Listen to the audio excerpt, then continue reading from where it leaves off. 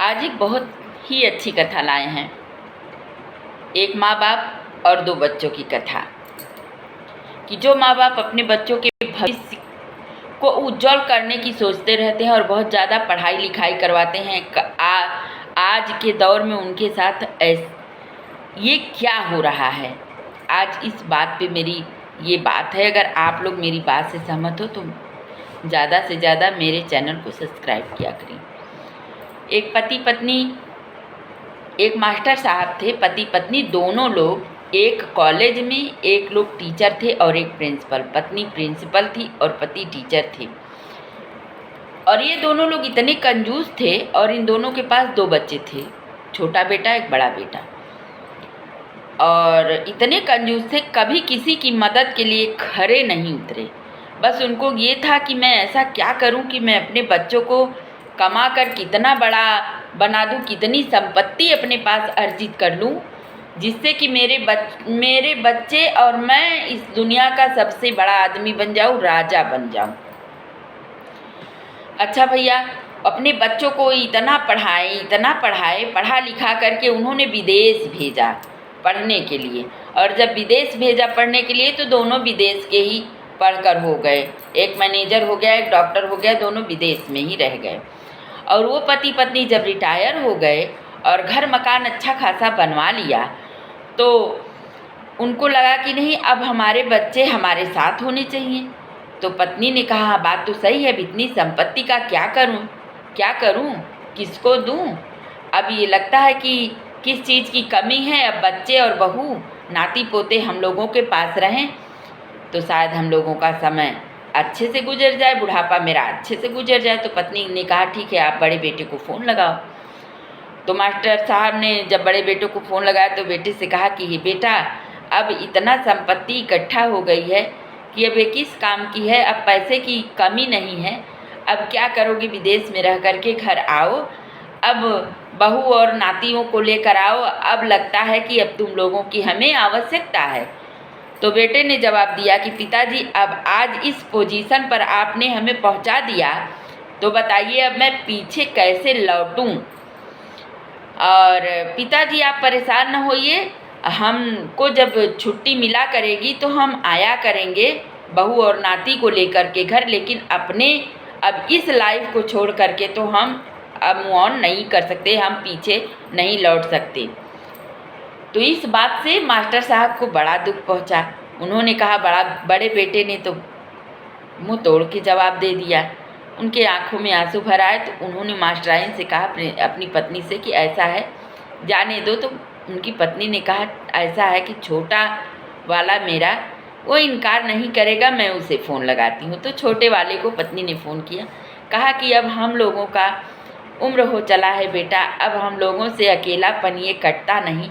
अब ऐसे लगता है कि नाती पोते घर में रहें, बहू घर में रहे। बड़े वाले से कहा तो उसने ऐसे कहा, अब तुमसे ये आखिरी उम्मीद लगाई हूँ कि तुम आ जाओ, तुम ही आ जाओ अपने परिवार के साथ। यहाँ इतनी संपत्ति है, इतना बड़ा महल है, मकान है, इतनी प्रॉपर्टी हमने और तुम्हारे पिता ने तुम लोगों के लिए बनाई है कि आखिर इसका क्या होगा। उसने भी कहा कि माताजी अब बताइए, आपने मुझे इस पोजीशन पर आने के लिए इतना प्रेशर दिया, अब मैं आज जिस पोजीशन पर हूँ वहाँ से मैं कैसे आऊँ। तो मैं नहीं आ सकता, जब भी मुझे समय मिलेगा आऊँगा। ऐसा करिए माताजी कि वहाँ ताला बंद कर दीजिए और कुछ दिन आप लोग मेरे साथ रहिए, कुछ दिन आप बड़े वाले के साथ रहिए, नहीं तो एक लोग मेरे साथ रहिए, एक लोग बड़े के साथ रहिए। तो ये सुन कर के मास्टराइन और मास्टर पीछे से सुन रहे हैं। और जब ये बात ख़त्म हुई तो मास्टर चले गए क्योंकि वो भी जवाब दे दिया। मास्टराइन को बड़ा उम्मीद था तो उनकी आंखों से आंसू छलका, रोई वो, लेकिन मास्टर साहब को नहीं बताई। बस बताई कि मैंने बात किया है और उसने कुछ नहीं कहा और मास्टर साहब ने तो सब सुन लिया। तो कुछ दिन जब बीता तो पता नहीं ऐसा क्या हुआ कि मास्टराइन सांस की मरीज थी, धीरे धीरे उनकी शरीर पैरालाइज हो गई। तो मास्टर साहब को भी हार्ट था, लेकिन मास्टर साहब बड़ी सेवा करते थे मास्टराइन की, एक दूसरे के साथ दोनों लोग। मास्टर साहब समय से उठना, खाना, नाश्ता, हर चीज़ करना, मास्टराइन को नहलाना धुलाना, खिलाना पिलाना। जब उनकी पत्नी पैरालाइज हो गई तो क्या करें, वो अपने पत्नी का बड़ा सेवा करते थे। और उसके बाद फिर क्या हुआ कि एक दिन ऐसे एक दूसरे से बात ही कर रहे थे और रात में मास्टराइन भी सो गई और मास्टर भी सो गए। और सुबह जब 9, 10, 11 बजा, 10 बज गया, 11 बज गया, मास्टराइन सोच रही हैं कि आज ये क्यों नहीं उठ रहे हैं अपने बिस्तर से। रोज़ तो सुबह 6 बजे उठ करके मेरा सारा ध्यान रखते थे, देख रेख करते थे। आज क्या हो गया कि ये उठ नहीं रहे। इतना करने के बावजूद मास्टराइन ने क्या किया कि अपने जहाँ सोती थी वहाँ एक छड़ी रखती थी। धीरे से, उनका हाथ तो उठता नहीं था, एक तरफ का उठता था, धीरे से उस छड़ी को उठा के उनको कर रही। तो काहे उठे हो, तो मरे पड़े हैं।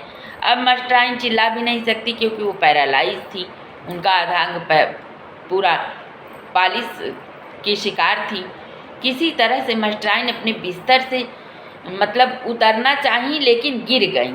जब गिर गई तो अब घिसिल के उठ मास्टर साहब के बिस्तर के पास पहुंची और पकड़ के चद्दर को हिला रही हैं, पकड़ी हैं चद्दर।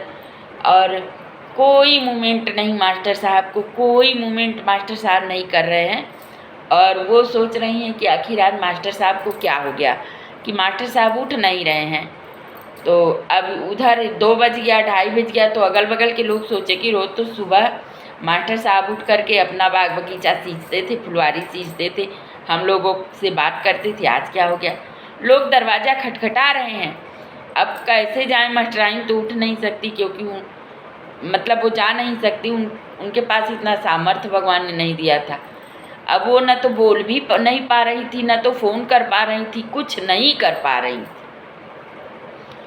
अब वो खाली उनकी आँखों से आंसू बह रहे थे। किसी तरह से कहाँ अगल बगल के लोगों ने उनका दरवाज़ा तोड़ा, देखा तो उधर मास्टर मरे पड़े हैं। मास्टराइन भी बस आँखों से आंसू बहे जा रहे हैं। और जब लोगों को देखा तो क्योंकि मास्टर साहब सारे लोगों से अपनी आप बीती अपने बच्चों की कहानी, अपना दर्द बयां करते थे, तो सारे लोग बहुत तकलीफ़ हुई, बड़ा रोए कि बहुत संपत्ति बनाई लेकिन किस काम की। अगर आज बहू बेटे बच्चे इनके साथ रहते तो शायद आज मास्टर का भी इतनी जल्दी तो मास्टर का अंत नहीं होता और कुछ दिन जी लेते। और उसके बाद थोड़ी देर देख रहे हैं कि मास्टराइन भी अपना सांस खो बैठी, अपने आप को अपने आप ही वो भी ख़त्म हो गई। तो बच्चों के पास फ़ोन गया, किसी ने किया, तो बच्चों ने कहा कि हम लोग फ़्लाइट से आ रहे हैं।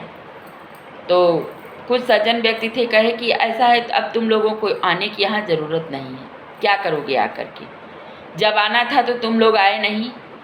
और जैसे हम लोगों ने इनका साथ दिया, बात करके इनके मन को बहलाया, उस तरह से इनके क्रियाक्रम को भी कर देंगे। अब तुम लोग जहाँ हो अपनी पोजीशन को संभालो, यहाँ आने की ज़रूरत नहीं।